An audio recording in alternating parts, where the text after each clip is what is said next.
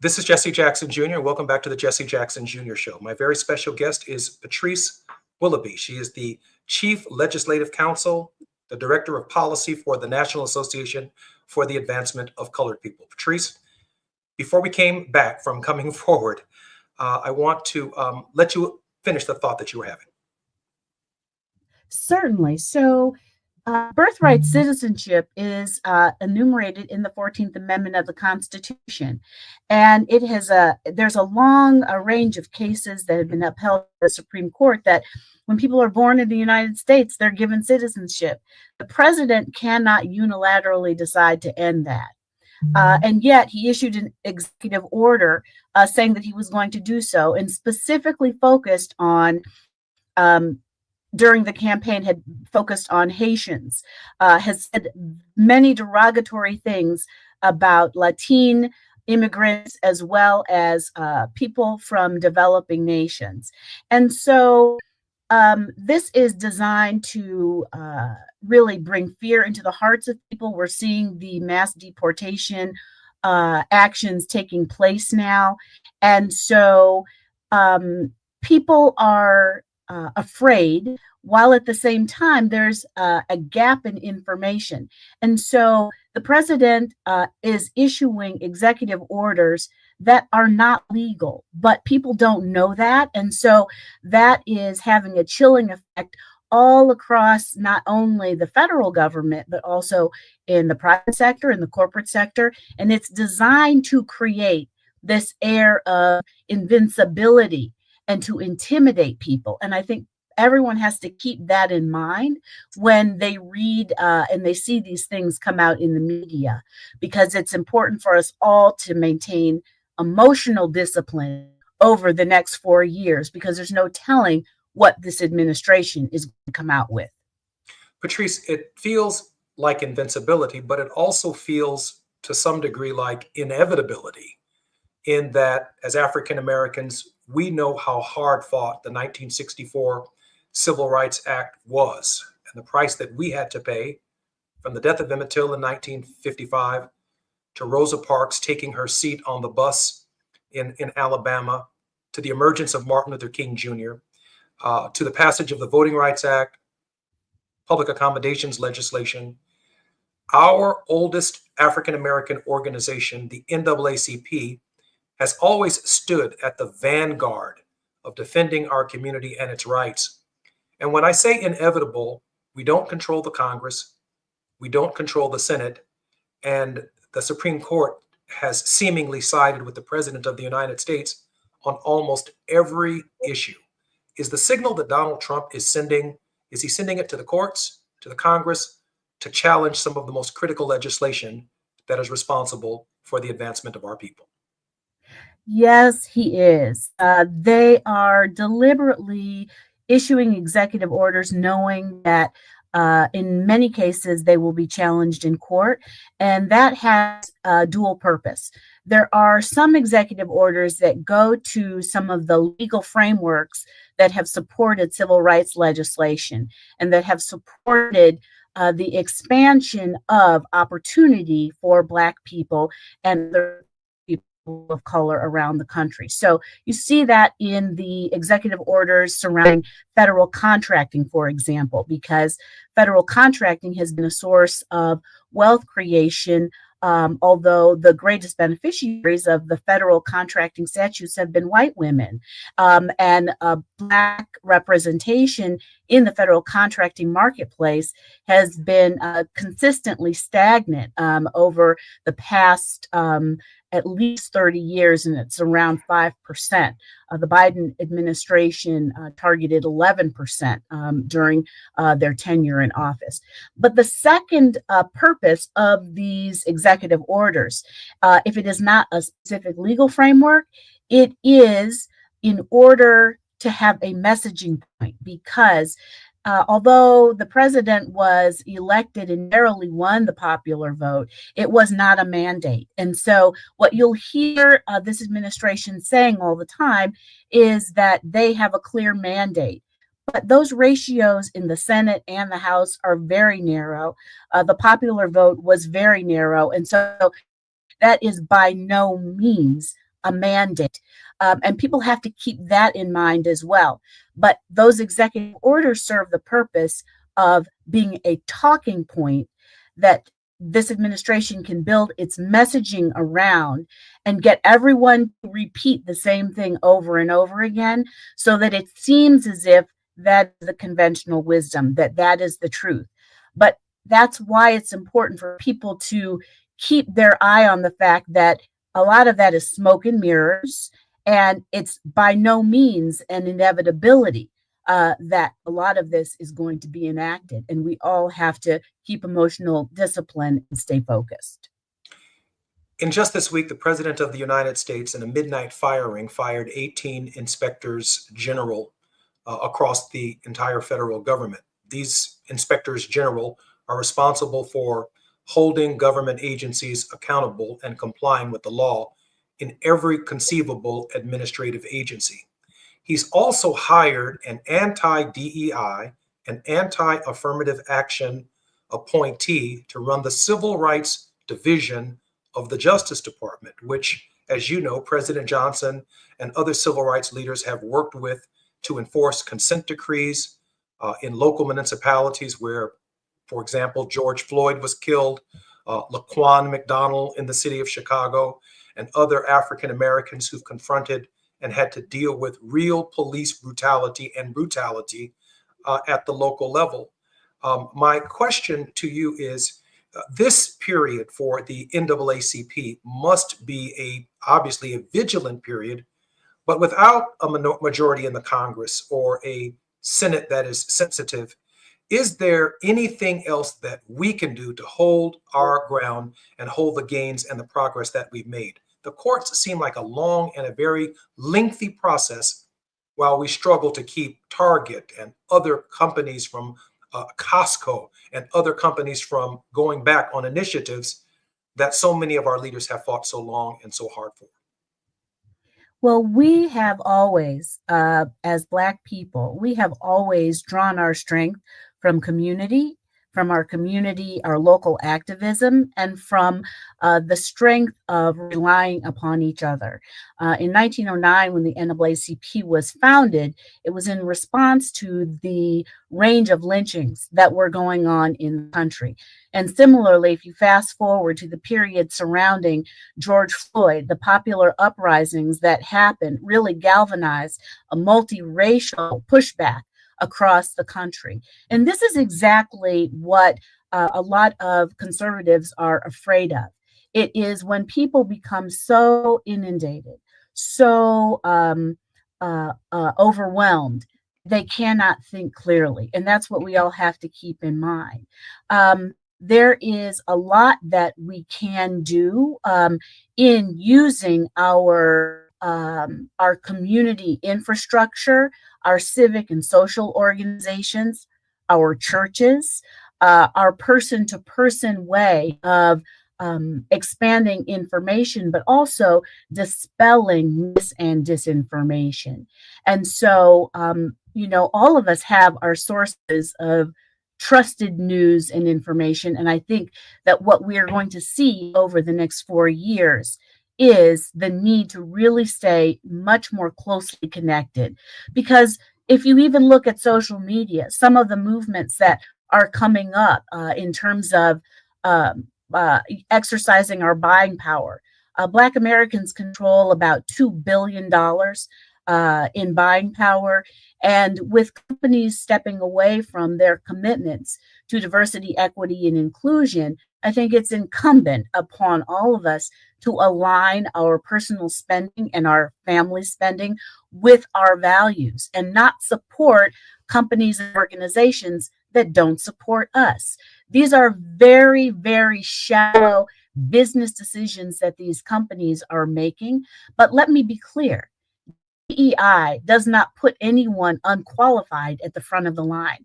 DEI is an outgrowth of civil rights, which only guarantees that people who are qualified have an opportunity. Business leaders also know that it's in their vested interest to have a diverse workforce and also to have the good decision making that comes from having people from all across their enterprise and from different backgrounds as a part of that decision making. So their actions are calculated to align with what this administration is putting out as talking points. And I could go, on if we talk about even the DEI discussion from a macroeconomic level. So while we're very concerned about the effects on our communities, our opportunity as employees, and what federal workers are experiencing, if you look at the larger level of what's happening on the global front, we at this point in the world's economic history are experiencing a lot of consolidation and competition. The president has surrounded himself with billionaires that compete in an international environment. This federal executive order on federal contracting that says that it's focused on DEI, you have to remember federal contracts have always been a backbone and a great wealth creator for a lot of the biggest companies in the country and internationally that operate internationally. And so, in attacking this tiny percentage of the federal contracting marketplace, that's a diversionary tactic. What's really going on is that there is a goal of shifting a lot of public resources into private control, because the federal tax dollar is a great way for private business to support their operations while they go out and they compete internationally. That's important now because the United States and the G7, the Western nations that we align with, are facing big competition from a competing alliance that's China, Russia, Brazil, and some other countries. And so the industrialists in our country know that with competition fierce, they need to galvanize as many resources as they can. That means, how can they grab the money? How can they grab the federal marketplace? How can they keep labor costs low? That is by not having a unionized workforce.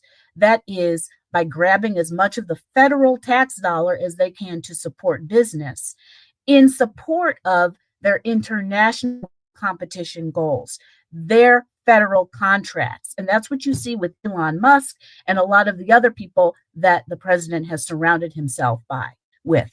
In contrast, we stand to be the collateral damage as small businesses, minority and women-owned businesses are shut out of the federal marketplace.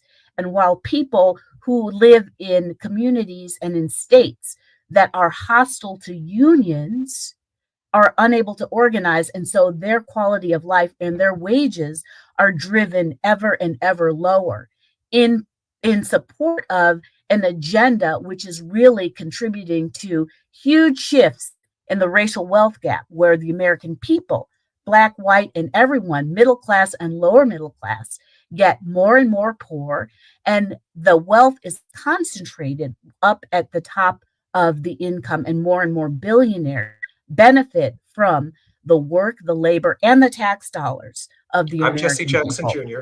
I'm Jesse Jackson Jr. You're listening to the Jesse Jackson Jr. Show with Patrice Willoughby, the Chief Legislative Director of the National Association for the NAACP.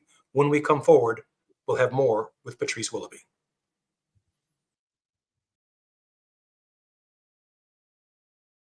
LA Talk 1580.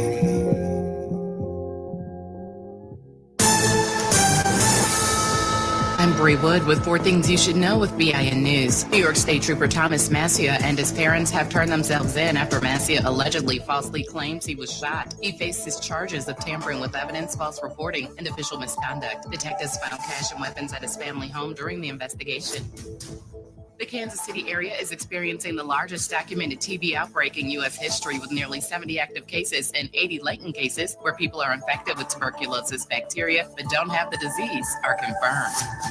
The opening bell rings after a massive tech sell-off led to a lower close on Wall Street. The Nasdaq fell over 3% due to AI competition concerns. Investors await earnings reports and the Fed's interest rate decision. And Bruno Mars is the first artist to surpass 150 million monthly listeners on Spotify. His latest track featuring Sexy Red was released on Friday. I'm Bree Wood on the Black Information Network, your home for Black News First. Del Taco's new Chipotle chicken burrito and bean rice and cheese burrito, packed with flavor, made with fresh ingredients, and found on Del's Real Deals menu. You heard that right. These burritos on a value meal with everything under $3. Look at Del Taco, hooking us up. This is the KBLA Sports Minute with Ray Richardson. A message to Lakers and Clippers Nation. Keep your radar up on the Jimmy Butler situation. The Miami Heat suspended Butler for the third time this month after he walked out of practice on Monday. The six-time NBA All-Star has been trying to get traded after making a trade demand on January 2nd. Butler wants to go to a contending team in the Western Conference. Because of his $49 million salary, it will take at least 3 teams, maybe 4, to make a trade work. The trade deadline is February 6th. LeBron has made it clear he is not impressed with the way the Lakers roster is constructed. He would welcome a move by the front office to improve the roster. The issue for the Lakers and Clippers is whether they would be willing to give up 2 or 3 players to get Butler. Miami GM Pat Riley has lowered his asking price for Butler in the last few days, which could make the Lakers and Clippers more interested. Stay tuned. No debates, no speculation, just the info you need. That's your KBLA Sports Minute. I'm Ray Richardson on KBLA Talk 1580. If you're living with dry age-related macular degeneration or dry AMD, you may be at risk for developing geographic atrophy or GA. GA can be unpredictable and progress rapidly, leading to irreversible vision loss. Now there's something you can do to slow it down, get it going slower. Izervay is proven to slow GA progression. Izervay gets GA going slower. Izervay or avacincaptad pagel is a prescription eye injection used to treat GA. Don't take it if you have an infection or active swelling in or around your eye. Izervay can cause eye infection, retinal detachment, or increased risk of wet AMD. Izervay may temporarily increase eye pressure. Your vision may be impaired after an eye injection or exam. Don't delay. Ask your doctor about Izervay today. Izervay gets GA going slower. Visit Izervay.com. That's IZERVAY.com.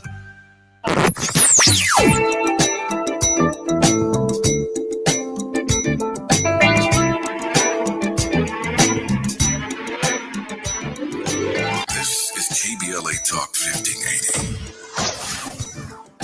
Talk radio. That's music to your ears.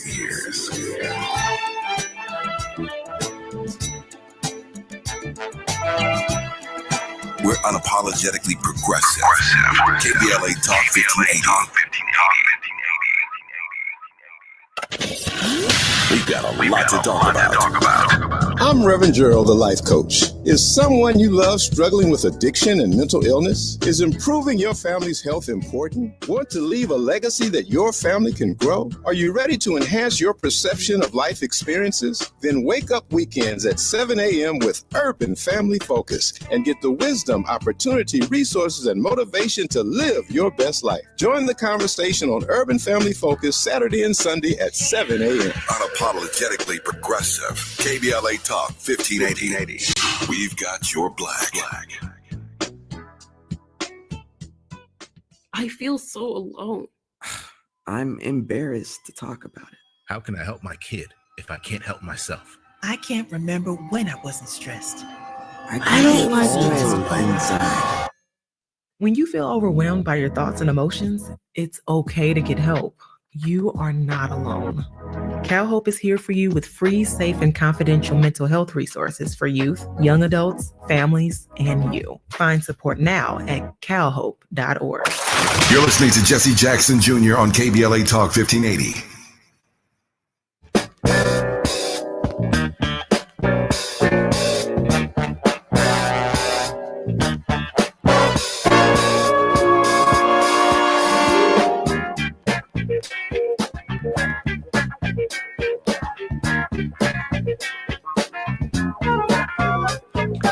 I'm Jesse Jackson Jr. and welcome back to the Jesse Jackson Jr. Show. My very special guest is Patrice Willoughby. Attorney Willoughby is the Chief Legal and Legislative Policy Operating Officer of the National Association for the advancement of colored people. Patrice, I want to mix this up just a little bit with a little historical context.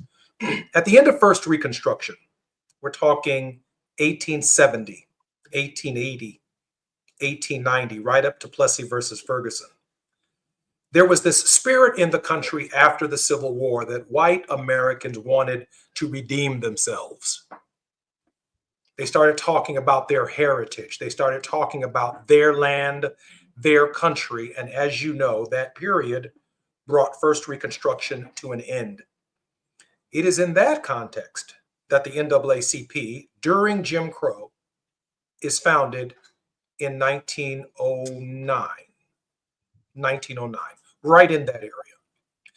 In that era, the NAACP, our nation's oldest African-American organization, wasn't talking about DEI.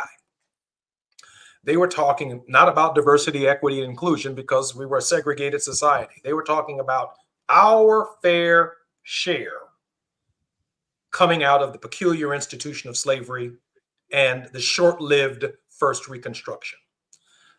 Attorney Barbara Arnwine was on our show a few weeks ago, and she said, we have to pay very close attention to the Redeemer period in history because we are going through another redemption period with Donald Trump and the Make America Great Again crowd. And therefore, we're witnessing an attack on Second Reconstruction, which can only lay the foundation based on our history for a new Jim Crow. Now, while we're speaking for diversity, equity, and inclusion, which includes white women, the LGBTQ, the Latino and Latinx community, the fact of the matter is when we got and fought for our civil rights in 1964, we ended up fighting for everybody. That bill covered Americans with disabilities, it covered the LGBTQ, it covered the veterans, it covered everybody, the Civil Rights Act. The same with the Voting Rights Act of 1965. I mean, it desegregated the Congress of the United States. And we have now 60 Black folk in Congress and a handful of Black folk in the United States Senate. Really the pinnacle, Barack Obama's presidency, the nomination of Kamala Harris, the highest level of anything we've ever achieved publicly in the society. The NAACP in 1909 was fighting for our fair share, which everyone else got to benefit from. And I'm wondering if we are strategically erring on the side of thinking about everybody whose experience is not the same as our own in terms of the resistance. They don't know what they're looking at. We know exactly what we're looking at. We're looking at the decentralization of the administrative state, of returning power to the states and undermining the progress that we paid a very heavy price for as Black people.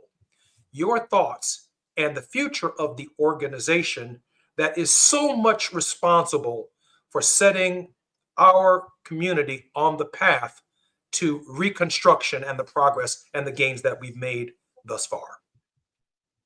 What we're seeing now is the backlash of the progress that we have been making since the inception of this country, but particularly since the 64 and 65 acts. When the 14th Amendment was enacted, it was highly controversial because it was the first time that the federal government defined the relationship between Black and white community. It was the first time that the federal government told white people that they had to treat Black people equally. And that resulted in a huge backlash because the states wanted to have the opportunity to define that relationship themselves. And so the backlash against the First Reconstruction was simply that. That was the rise of Jim Crow. It was the Ku Klux Klan. It was the lynchings. What we're seeing now is very similar because the demographics of the country have been changing radically. And what has happened is that Black people always been the vanguard. And when we open up the door, everyone else walks through right behind us and then often take off running to try to get in front of us. But the policies that the NAACP has advocated forever have benefited white people, Black people. They have just made the society more fair. What we're seeing right now in that backlash is a reaction to the fact that people have more information. People have, there is a changing in the demographics, and that we are soon to be a majority minority society. And it is fear, but that fear has been co opted by corporatism, and it's also been co opted by, frankly, the blatant racism in order to maintain an economic advantage. Because as we advocate for policies that are more fair, it automatically creates a population that wants to have a better distribution of the benefits of their labor and their work. One of the most pointed ways in which wealth was concentrated, of course, was enslavement. All of that wealth generated in the South financed Northern industrial expansion. And so that is behind a lot of the movement in the Southern Smile against unionization and against anything that would allow a population, whether they are Black or white, to be better, more healthy in the way that these states have pushed back against Medicaid expansion, in the way that they do not adequately fund their public schools, in the way that they try to convince people that it's not in their best interest to unionize, and in the wedge that they try to create between poor white people and Black people to convince poor white people that they are actually middle class and that poor Black people are undeserving and trying to step on them. The threat that the industrialists and corporatists and billionaire class see is that people will band together and understand that the real battle in this country is about economic spoils and who benefits from their labor and from the blessings of this country, which really are opportunity if there was full transparency and if people were on a level playing field. If you look at the success of Black America over the past 248 years, the fact that those who were born in 1964 were the first generation to operate with full rights as American citizens. That's extraordinary that we have come this fast and this far. And that's precisely what this administration and others are trying to slow down and stop. It is the success that we've had. I often remind people that in this particular experiment, the democratic experiment, that the history of the world from recorded history in 31 BC all the way to the present, there's more of a history of unfreedom throughout human history than there is a history of freedom. Only the American experiment has allowed us in human history to experience the freedoms on an individual basis after long, hard-fought struggles through slavery, through Jim Crow, through first Reconstruction, through Jim Crow, to the modern civil rights movement, that the backlash had been underestimated given the backdrop of history and how new the idea of women's rights really is, how new the idea of the LGBTQ agenda really is. When I think about going to the NAACP convention, you issue an annual report on really the state of Black people.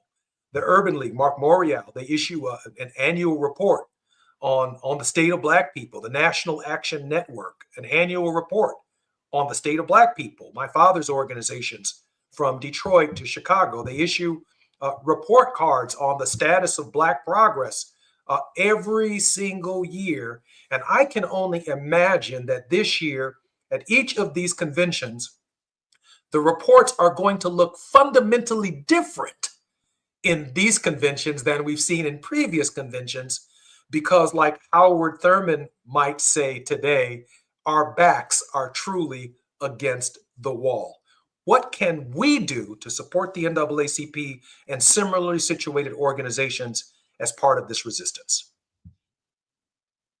Well, I would say come join us at the NAACP, naacp.org online. Join and get active in a local branch of the NAACP, or join your other organizations, traditional civil rights organizations like the Urban League, the National Action Network, the National Council of Negro Women, the Lawyers Committee, the Legal Defense Fund. Join. I'm not doing a commercial, but these are spaces where you can get good information and also be in community with others who share your interest in organizing together for collective action. I think that what has been old has to become new again, because we have to work together and not focus so much on the individualism that unfortunately capitalism sometimes convinces us that we are exceptional.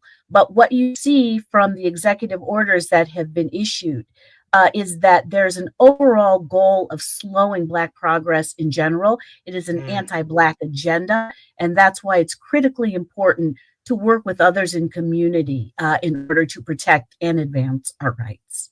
I think that's absolutely right. The progress of the Negro is directly tied to our ability to come to community, to fight together, as the NAACP organizationally has done for more than a century, which some of these organizations have been doing for decades.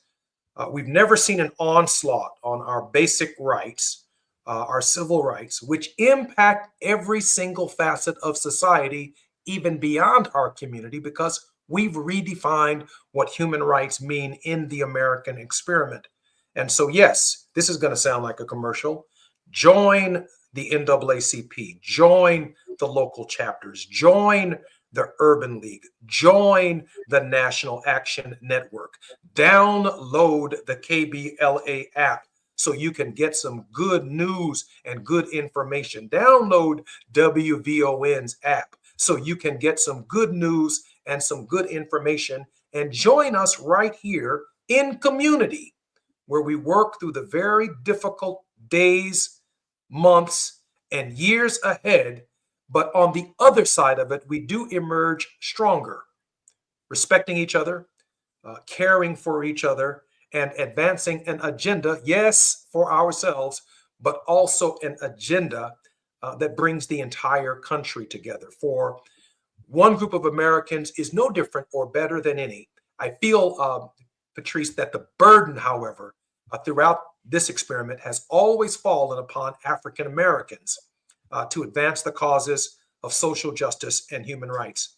I'm Jesse Jackson Jr. This is the Jesse Jackson Jr. Show. When we come back, when we come forward, we will have the legislative policy officer of the NAACP, Patrice Willoughby, as our guest.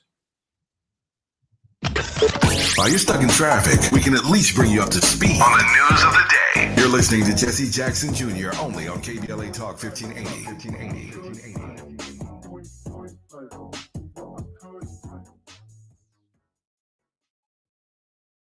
We all hear the radio ads about the IRS. They tell you to be afraid, to be scared, and they try to frighten you into calling. I'm not here to do that. Tax Relief Advocates is different. TRA is here to tell you that if you owe money to the IRS, whether it's $5,000, $50,000, or $500,000, we have a solution. It doesn't matter if you're sitting in your car, at work, or with your kids. No matter where you are, call now. 800-550-9651. Don't lose hope. TRA can eliminate or reduce what you owe to the IRS. Generous programs are now available that can give you a fresh start. Our passion is taxes and helping individuals fix their IRS problems. We have over 1,000 5-star reviews on Google and an A+ with the Better Business Bureau. You don't need to be afraid of the IRS any longer. End your tax nightmare today by visiting us online at TRA.com or call 800-550-9651. That's 800-550-9651.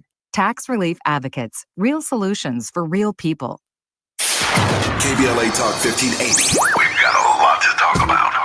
Imagine a Los Angeles where everyone can thrive, where communities have access to the resources they need to succeed. That's the vision of Detours Mentoring Group, Inc. They're dedicated to improving life in LA County by providing educational support, employment assistance, and spaces for community engagement. By 2050, they want LA to be the best place to connect, create, learn, live, and play. They're working toward an education system that's well-resourced and culturally responsive, becoming a hub for artists and innovators, and making sure everyone has access to healthy food, quality healthcare, and safe housing. It's about building a future where we all have the chance to succeed. We invite you to learn more about their mission and get involved with Detours Mentoring Group, Inc. This is a community call to action from KBLA Talk 1580. KBLA Talk 1580. We've got a lot to talk about.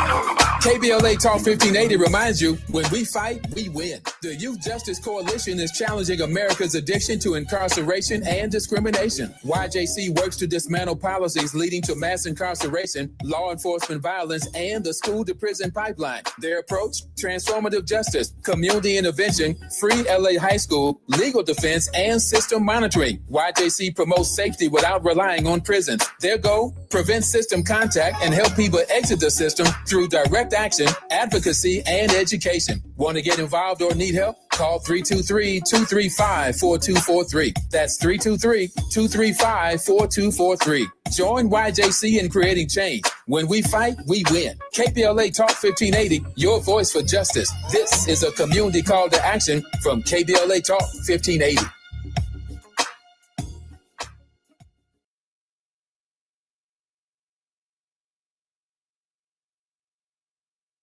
Texting privacy policy and terms and conditions posted at textplan.us. Now back to more. Policy and terms and conditions posted at textplan.us. Texting rules for recurring automated text marketing messages. Message and data rates may apply. Reply stop, opt out. Consult a doctor prior to use. Wow, you look amazing. What have you been doing? I'm sure you've heard of Ozempic, Wegovy, and the other GLP-1 medications, right? Well, I found this great company called Zelfie. If you qualify, their providers can prescribe medications like Ozempic and Wegovy and other GLP-1 medications that are 80 to 90% less expensive, all 100% online. I can get GLP-1 medications for 80 to 90% less and do it all online? No doctor's office or pharmacy? Yes. Zelfie can provide semaglutide or tirzepatide, the active ingredients in Ozempic and other expensive GLP-1s, but for 80 to 90% less and shipped directly to your door. How do I get started with Zelfie? Just send them a text. Text BEST to 200-300 to get started today with Zelfie. Get the same active ingredients in Wegovy or Ozempic, but for 80 to 90% less and 100% online. Don't wait. Text BEST to 200-300 right now for a link to your exclusive offer. Text BEST to 200-300. That's BEST to 200-300. BEST to 200-300. Now back to more of Jesse Jackson Jr. on KBLA Talk 1580.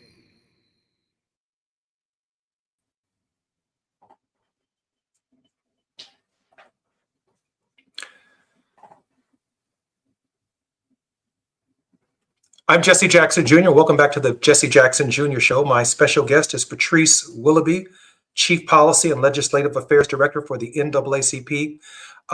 Patrice, in our final segment, in the few minutes that we have left, it's hard for me to imagine, having served in Congress for 17 years, that there is a legislative agenda that we're actually going to be able to champion in this Congress. It just seems like from Hakeem Jeffries on back across to the entire Black Caucus and other progressive forces within the Congress, that we are going to be in a defensive position, just getting hit with dozens, if not hundreds, of executive orders from Donald Trump, let alone the actual agenda that they move through the Congress and the Senate that the president will add his signature to.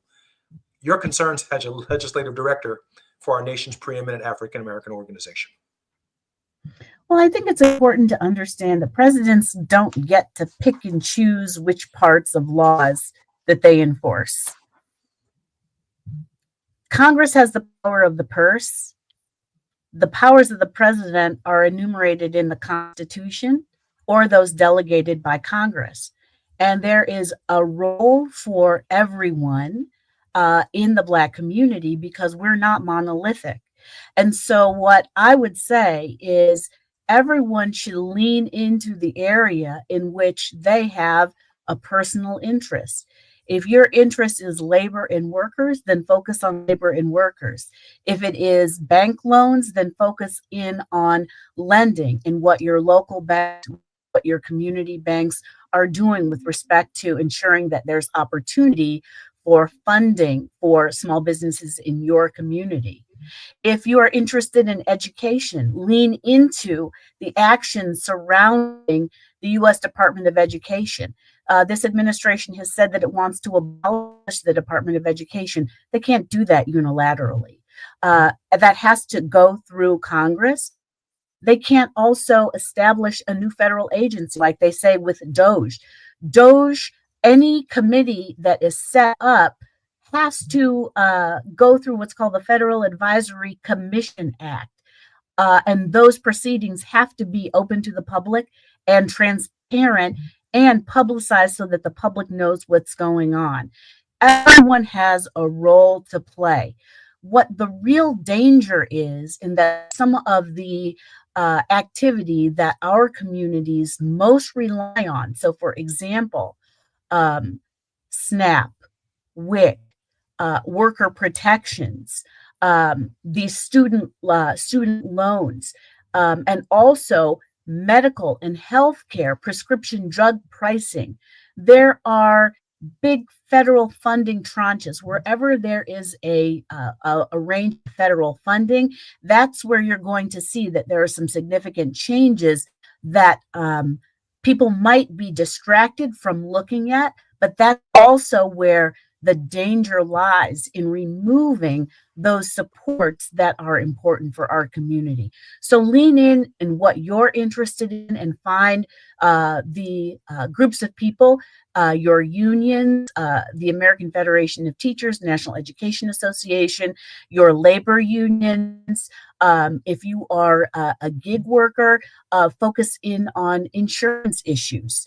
And for example, the Freelancers Guild, which works on issues involving gig workers. So there's always a group of people for you to align with to get good information and to focus on your neck of the woods and the area in which you can have impact and become a source of good information in your network of influence.